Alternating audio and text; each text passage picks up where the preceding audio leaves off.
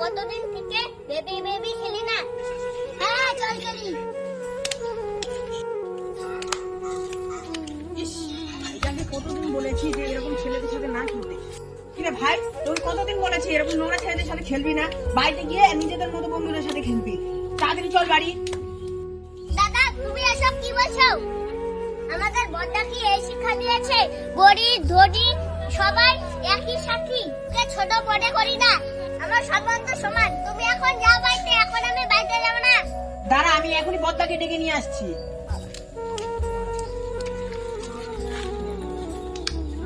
তুই তোর মেজো ভাইকে কি বলেছিস রে? ও বাড়ি গিয়ে বলছে আমি বলেছি সম্বন্ধ সমান, গরিব ধনী সবাই সমান। দেখ ভাই, আমাদের ছোট ভাইও সবকিছু বোঝে, ওকে ছোট মনে করে না, সবাই সমান, বুঝলি? কারোর সাথে এরকম ব্যবহার করবি না তুই। তুই ঠিকই বলেছিস, সব বন্ধুই সমান। তাই আজকে আমার তরফ থেকে তোদের জন্য আইসক্রিম।